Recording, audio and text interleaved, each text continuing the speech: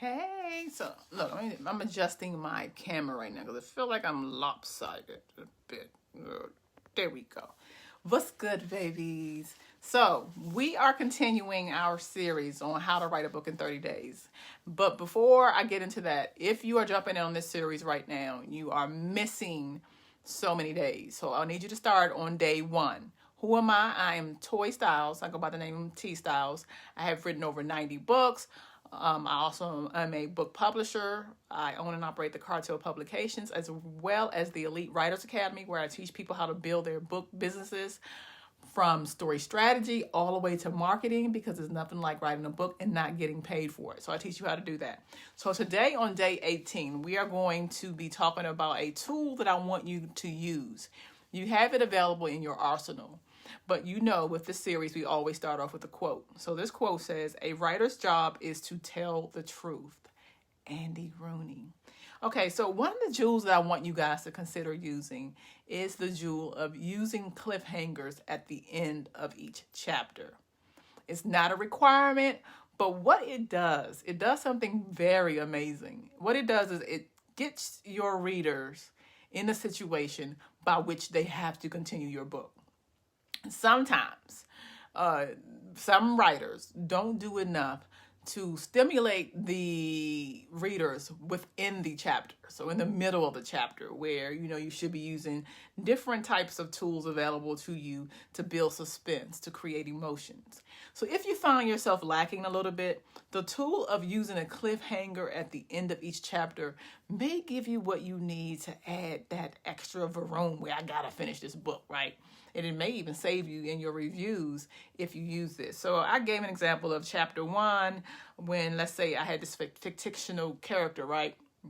In chapter 1, I have Shelley. It says chapter 1 ends when Shelley learns that Mark may be involved in the murder of his sister.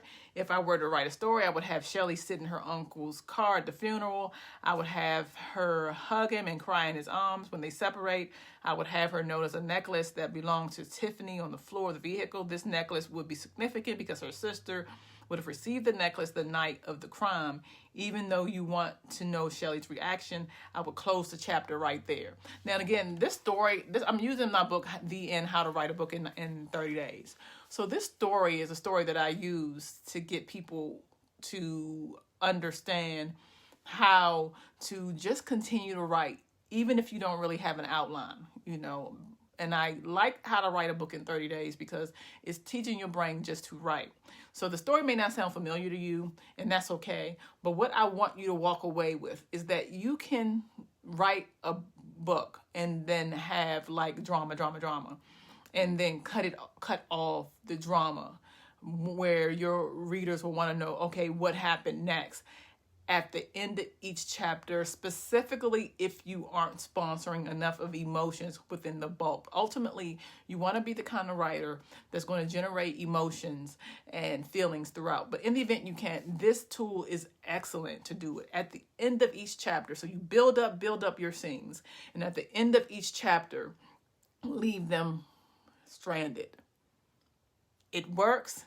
You don't want to rely on this so much, because it's your duty as a writer to create all of those emotions throughout your storyline. But again, if it's something you want something more, doing this at the end of each chapter is an excellent way to trap people into saying, oh my God, I gotta read what's next.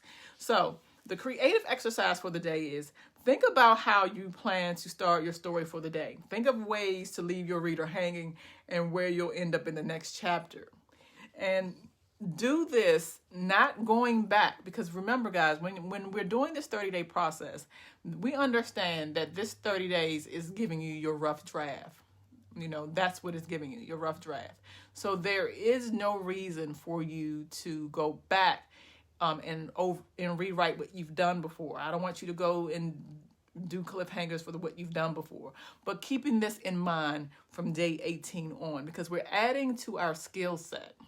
Essentially what you're doing, you're adding to your skill set, and you're learning something each day throughout this process to make it better when you do your rewrites. Okay, babies, if you need help with story strategy and you need more, please join the Elite Writers Academy. Not only do you have access to the 2 classes that we go to each month, The first class is for story structure. The second class is for marketing, how to sell your book. But you get access to all the past classes. So you get everything you need as well as access to me to get your story done. So, you know what I'm about to say? Get to writing.